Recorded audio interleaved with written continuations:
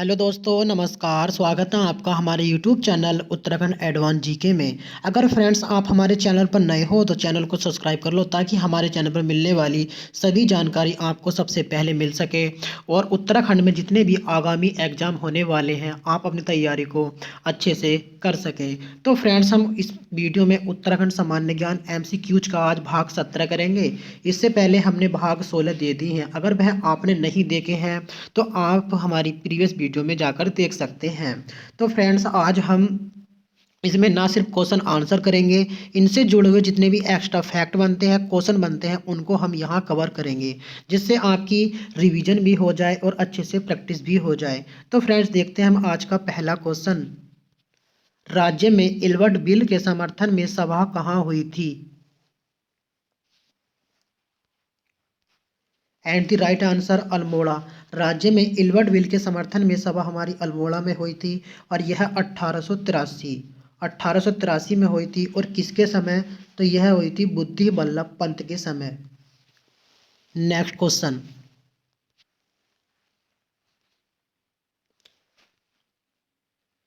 सरोला सभा की स्थापना किसने की? And the right answer Taradatt Garola.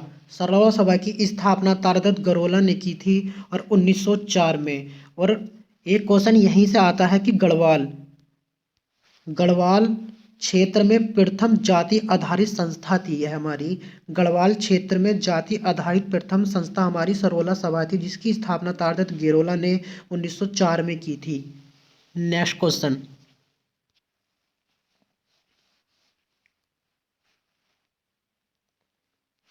तराई भाबर में कानूनगो की नियुक्ति कब हुई? And the right answer 1906। तराई भाबर में कानूनगो की नियुक्ति 1906 में हुई थी। अगर यहीं से क्वेश्चन आ जाए कि तराई भाबर में पटवारी पटवारी की नियुक्ति कब हुई थी, तो यह हमारी जो है 1897 में हुई थी। यहाँ पर तराई भाबर की बात चल रही है। Next question.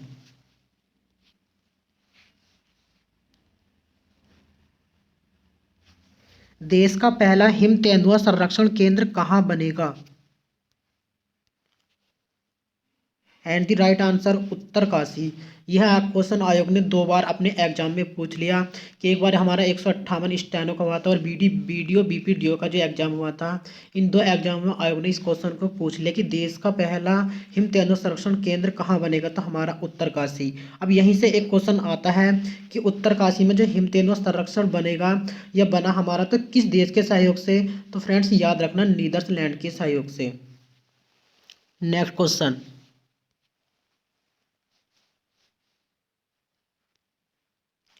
डोबरा चांठी पुल का निर्माण कब शुरू हुआ?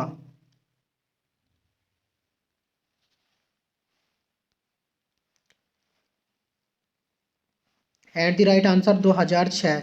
डोबरा चांठी पुल का निर्माण 2006 में हुआ था। और यह किसने किया था? दक्षिण कोरिया। हमारी दक्षिण कोरिया की कंपनी थी योसिन। दक्षिण कोरिया की कंपनी योसिन ने जो है इसका पुल का निर्माण कब किया था? 2006 में किया था। और जब ये बनकर तैयार हो गया था तो इसका उद्घाटन कब हुआ था? तो 9 नवंबर 2020 को। और इसका निर्माण दक्षिण कोरिया की कंपनी योसिन ने किया था। Next question.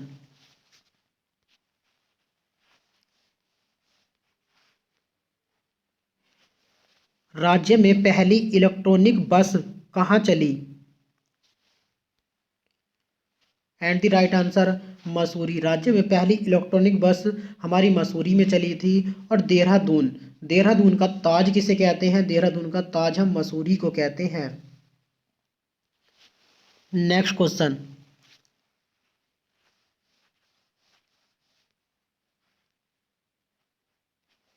बुक्सा लोग सर्वप्रथम चंपावत किसके अनुसार बसे? And the right answer Elliott. Buksa लोग सर्वप्रथम चंपावत किसके अनुसार बसे थे? तो इलियट के अनुसार बसे थे। और बुक्सा जनजाति हमारी सबसे ज़्यादा कहाँ निवास करती है? तो हमारी जो है उधम सिंह नगर जिले में निवास करती है बुक्सा जनजाति सबसे ज़्यादा। Next question.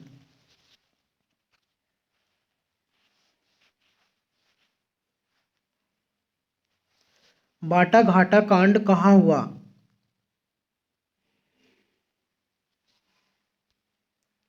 And the right answer Mussoorie. बाटा घाटा कांड कहाँ हुआ था? मसूरी में हुआ था। और यह कब हुआ था? तो 15 सितंबर, 15 सितंबर 1994 में हमारा बाटा घाटा कांड हुआ था। और यह वुड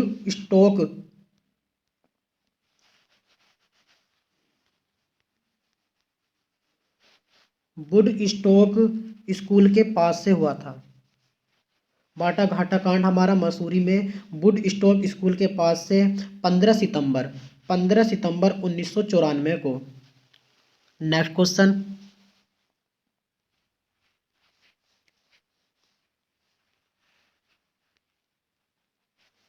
प्रेम सभा की स्थापना कब हुई? And the right answer 1914। प्रेम सभा की स्थापना 1914 में हुई थी। और किसने? गोविंद बल्लभ पंत ने की थी। कहाँ पर? काशीपुर में की थी। और हमारा काशीपुर किस जिले में पड़ता है? तो काशीपुर उधम सिंह नगर जिले में पड़ता है। और काशीपुर की स्थापना कब हुई थी? तो 1639 में हुई थी। और गुमानी पंत का जन्म कब हुआ था? 1790 में, और काशीपुर में ही हुआ था।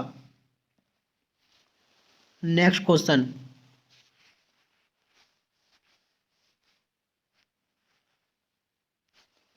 प्रजाबंधु पत्र का संपादन कहाँ से हुआ था?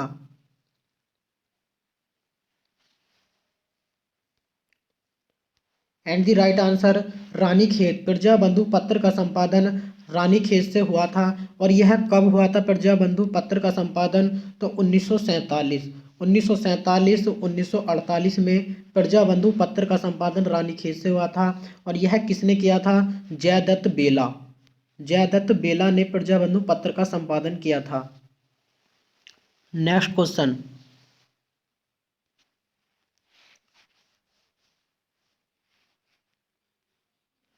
टिहरी में दूसरा भूमि बंदोबस्त कब हुआ?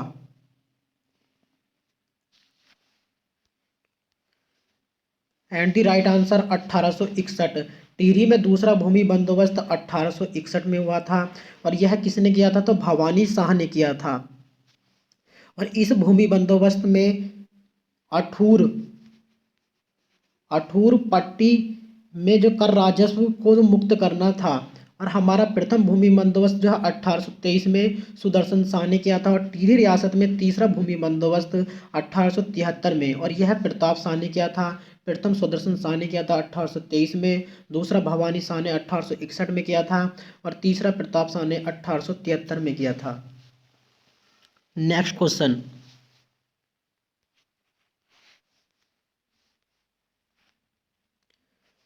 टिहरी में चाय की खेती कब प्रारंभ हुई? And the right answer 1835।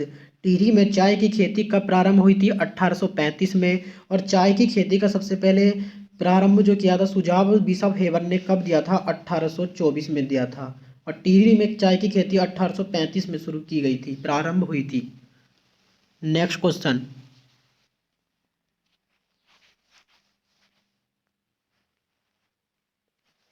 किसके समय राजदूत भेजने की प्रथा प्रारंभ हुई थी?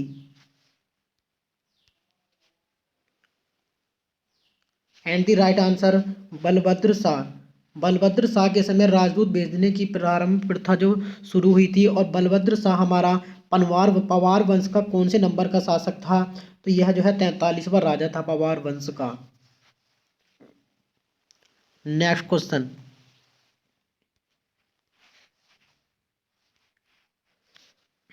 अल्मोड़ा में घर घर पूजा जाने वाला देवता?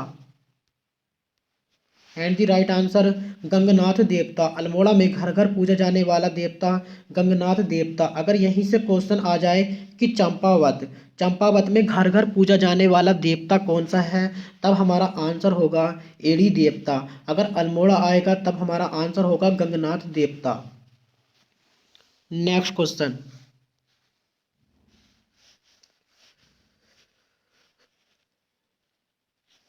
किसके समय तराई क्षेत्र से 9 लाख की आय होती थी? एंड द राइट आंसर जगत चंद। हमारा तराई क्षेत्र जो सितारगंज, खटीमा, बाजपुर, किच्छा आदि जो इस तराई क्षेत्र से 9 लाख की आय किसके समय होती थी? यह हमारी जो है जगत चंद के समय होती थी। Next question.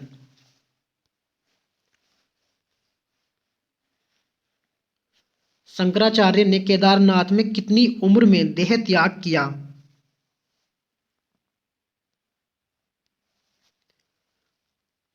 And the right answer 32 वर्ष। शंकराचार्य ने केदारनाथ में कितनी उम्र में देह त्याग किया था? तो 32 वर्ष में किया था। और 820 ईस्वी पूर्व में, 820 में। और केदारनाथ केदारनाथ हमारा कहाँ पर पड़ता है? केदारनाथ हमारा रुद्रप्रयाग में पड़ता था। यह है हमारा वीडियो वीडियो बीपीडीओ में यह आयोग ने क्वेश्चन पूछा था कि शंकराचार्य ने अपना देह त्याग किया था, कहाँ किया था? तो उसमें हमारा आंसर था केदारनाथ। नेक्स्ट क्वेश्चन,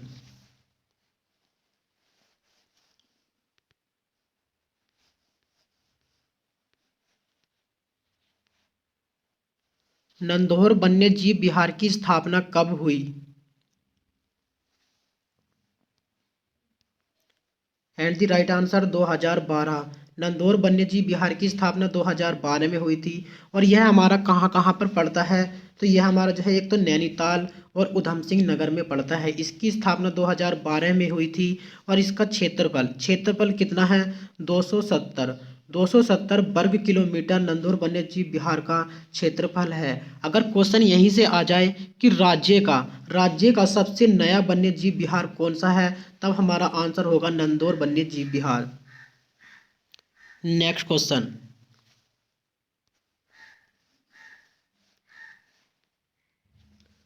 तिकसेन किसका पुराना नाम है? And the right answer Munsiyari. Tiksen किसका पुराना नाम है? तो मुंशियारी का पुराना नाम है। और क्वेश्चन आता है यहीं से एक कि जोहार क्षेत्र का प्रवेश द्वार किसे कहते हैं? तो हम मुंशियारी को ही कहते हैं। मुंशियारी हमारा कहाँ पर स्थित है? मुंशियारी पिथौरागढ़ में स्थित है। और क्वेश्चन आता है कि मुंशियारी हमारा किस लिए प्रसिद्ध है? तो यह हमारा जो है कालीन उद्योग के लिए हमारा मुंशियारी प्रसिद्ध है। मुंशियारी के बाद हमारा एक आता है धारचूला। मुंशियारी के साथ धारचूला कालीन उद्योग के लिए प्रसिद्ध है। और ये हमारे दोनों जो है पिथौरागढ़ में पड़ते हैं। और ये पिथौरागढ़ के बाद कालीन उद्योग के लिए जो प्रसिद्ध आता है वह आता है चमोली। और ये हमारे दोनों जिले कब बने थे? दोनों जिले 1960 में बने थे। Next question,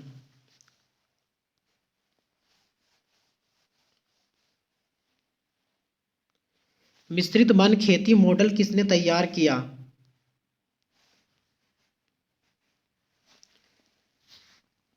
and the right answer Jagat Singh Chaudhary. मिश्रित वन खेती का जो मॉडल तैयार किया था जगत सिंह चौधरी ने किया था। अब क्वेश्चन यहीं से आ सकता है कि जगत सिंह चौधरी किस जिले के रहने वाले थे? तो यह जो है रुद्रप्रयाग। कहाँ के रहने वाले थे? रुद्रप्रयाग के रहने वाले थे जगत सिंह चौधरी। और जंगली, उत्तराखंड में जंगली के नाम से किसे जाना जाता है? तो जगत सिंह चौधरी को ही जंगली के नाम से जाना जाता है। और एक क्वेश्चन आता है कि जगत सिंह चौधरी को आर्यभट्ट पुरस्कार कब दिया गया, कब मिला था? तो इन्हें मिला था 2006 में। मिश्रित वन खेती का मॉडल तैयार किसने किया? जगत सिंह चौधरी ने किया। जगत सिंह चौधरी कहाँ के रहने वाले थे? तो यह जो है रुद्रप्रयाग के रहने वाले थे। इन्हें आर्यभट्ट पुरस्कार कब मिला था? तो 2006 में मिला था। नेक्स्ट क्वेश्चन,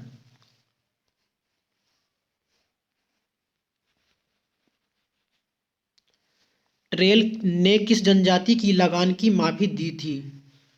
ट्रेल ने किस जनजाति की लगान की माफी की थी? तो हमारा and the right answer Bhotia. और ट्रेल ने लगान की जो माफी की थी भोटिया जनजाति की थी। और भोटिया जनजाति सबसे ज़्यादा कहाँ निवास करती है? हमारी पिथौरागढ़ में निवास करती है। और महाहिमालय में सबसे ज़्यादा कौन सी जनजाति निवास करती है? तो हमारी भोटिया जनजाति ही निवास करती है। आयोग ने एक एग्जाम में अपना क्वेश्चन पूछा था यहीं से भोटिया जनजाति से कि उत्तराखंड में सर्वाधिक साक्षरता किस जनजाति में पाई जाती है? तो यह भी हमारी जो है भोटिया जनजाति में ही पाई जाती है। बाकी एक क्वेश्चन और आता है कि भोटिया जनजाति तिब्बती लोगों से कितनी प्रकार की बोलियां बोलती है? तो यह जो है 6 प्रकार की बोलियां बोलती है। बाकी दोस्तों इस वीडियो में इतना ही। अगर वीडियो अच्छी लगी हो तो वीडियो को लाइक, कमेंट और चैनल को सब्सक्राइब करना ना भूलें। मिलते हैं हम नेक्स्ट वीडियो में। धन्यवाद।